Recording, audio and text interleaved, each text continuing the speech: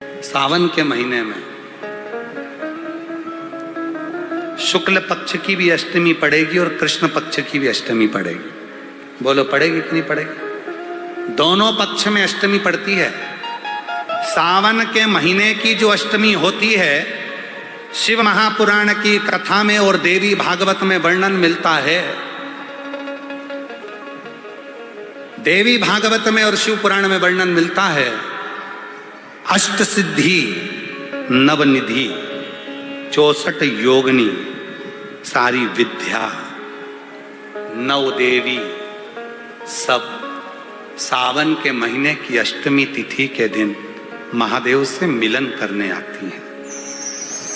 भगवान देवाधिदेव महादेव 11 रुद्र के रूप में, 12 ज्योतिर्लिंग के रूप में, सहस्त्र नामावली के रूप में शिव उनसे मिलते हैं, उनसे मिलते हैं।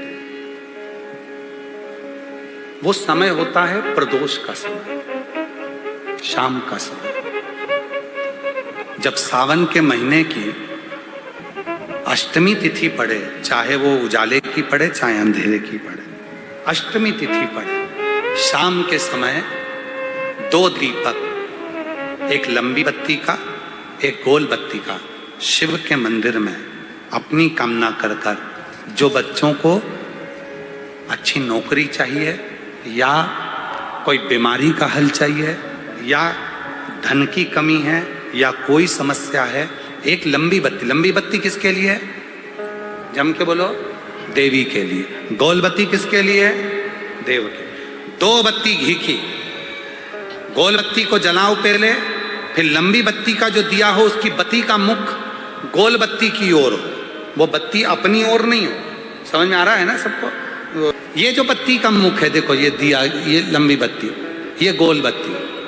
तो ये जो गोल बत्ती है आपने यहाँ जलाई, और ये लंबी बत्ती जो है ना, इसका मुख गोल बत्ती की ओर।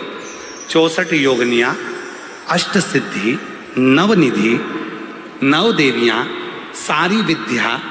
शिव जी की जो गोल बत्ती है, शंकर क्या है? ज्योतिर्लिंग, ज्योतिर्स्वरूप। माँ दुर्गा क्या है? ज्योति स्वरूपा। क्या कहते हैं? ज्वाला महारानी की। ये ज्योति के रूप में जब हम गोल बत्ती के सामने अष्टमी के दिन प्रदोष के समय पर लंबी बत्ती का दीपक, पहले गोल बत्ती का दिया जलाया, फिर ये लंबी बत्ती का मुख उधर की ओर कर कर दीपक को जब हम प्रज्वलित करते हैं और अपनी जो कामना दोनों दीपक के सम्मुख में करते हैं, वो कामना पूर्ण होकर ही रहती है। पर करना क्या है? दोनों अष्टमी पर, सावन के महीने में जो उजाले पक्ष की अष्टमी आएगी उस पर भी करना है, और जो अंधेरे पक्ष की आएगी उस पर भी करना है। किसी भी अष्टमी तिथि को 12 महीने में शुक्ल पक्ष कृष्ण पक्ष की अष्टमी तिथि पड़ती है।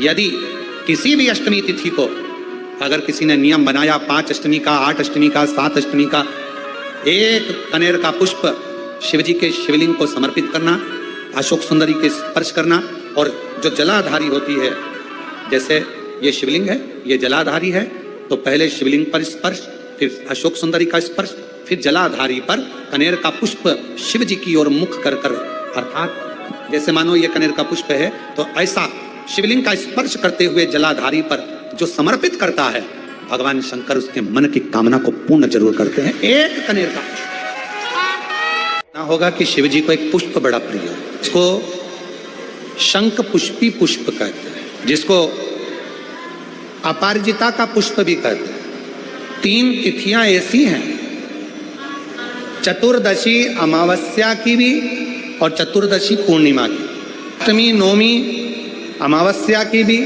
और अष्टमी नवमी पूर्णिमा की। ये वो तिथियां हैं जिन तिथियों में मां नील सरस्वती का स्तोत्र का पाठ कर कर एक शंख पुष्पी पुष्प, एक अपराजिता का पुष्प जलाधारी पर रखकर 7 बार अगर जल का पात्र से जल चढ़ाया जाए और उसी जल को कटोरी में झेल लिया जाए, उस जल को 3 दिन तक लगातार यदि सुबह दोपहर शाम रोज उस बच्चे को देना चालू करी है उसके हाथ पैर भी काम करना प्रारंभ करेंगे, उसकी बुद्धि भी काम करना प्रारंभ करेगी। जो वो पलंग पर पड़े पड़े राल टपकाता रहता है, उसको लोग कहते हैं कि 18 साल का हो गया और दिमाग केवल 10 साल का है, 5 साल का है। उसमें धीरे धीरे बुद्धि प्रबल होना प्रारंभ हो जाएगी और वो भी एक दिन कार्य करना प्रारंभ। श्रावण के महीने में तुमने भूलवश भी अगर पार्थिव लिंग का निर्माण करा हो और पार्थिव लिंग का निर्माण कर कर अगर एक बेलपत्र शंकर को समर्पित करी हो, तो वो बेलपत्र का फल मुझे दे दिया जाए। एक बेलपत्र का फल मुझे दो।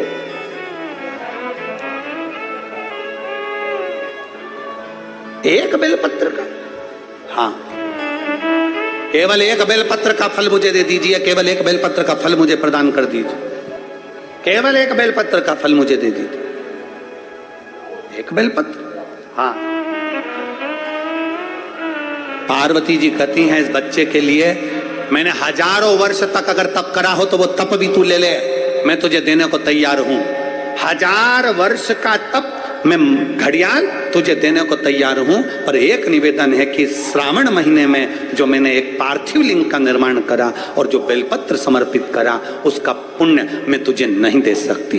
1000 वर्ष का पुण्य ले ले, मैं दे दूंगी, पर एक श्रावण के महीने के पार्थिव लिंग के पूजन का एक बेलपत्र का पुण्य नहीं दे सकती। घड़ियाल कहता है मुझे तुम्हारे हजारों वर्ष का तप नहीं चाहिए, मुझे तो केवल एक श्रावण महीने के पार्थिव लिंग पूजन का एक बेलपत्र का फल चाहिए। तब पार्वती जी ने विचार करा, अब जरा विचार आप करिएगा, 1000 वर्ष तक तप करने का फल घड़ियाल नहीं ले रहा है, एक सावन के महीने के पार्थिव लिंग के पूजन में जो बेलपत्र समर्पित किया गया उसका फल ले रहा है। मतलब समझने का विषय है कि एक पार्थिव लिंग सावन के महीने में बनाया जाता है और उस पे एक बेलपत्र चढ़ाई जाती है, तो 1000 वर्ष के तप का फल ज्यादा है, उसका फल ज्यादा है।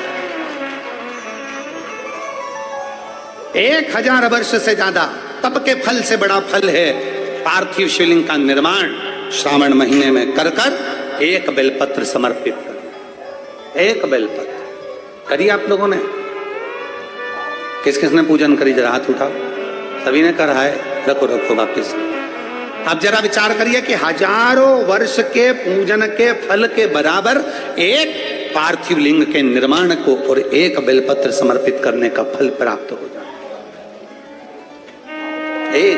एक बेलपत्र में वो बल हो जाता है पार्थिव लिंग पूजन के श्रावण महीने के। हमसे लोग कहते हैं क्या पड़ी तुमको सावन महीने में शिवलिंग का निर्माण करवाना, पूजन करवाना, ऑनलाइन करवाना, क्यों? हम कहते हैं भूलवश भी अगर कोई अपने घर में सावन के महीने में पार्थिव लिंग का निर्माण कर लेता है, पूजन कर लेता, भूलवश भी, और एक बेलपत्र समर्पित कर देता है, उसको हजारों वर्ष का पुण्य फल तप का तो वैसे ही प्राप्त होगा।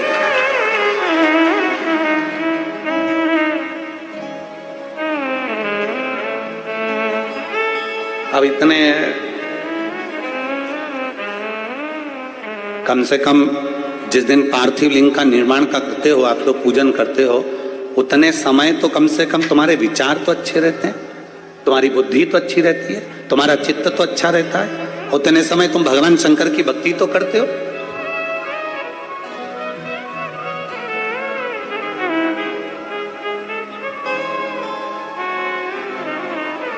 तुम्हारे पास में उस समय पर भक्ति तो अविरल रहती है।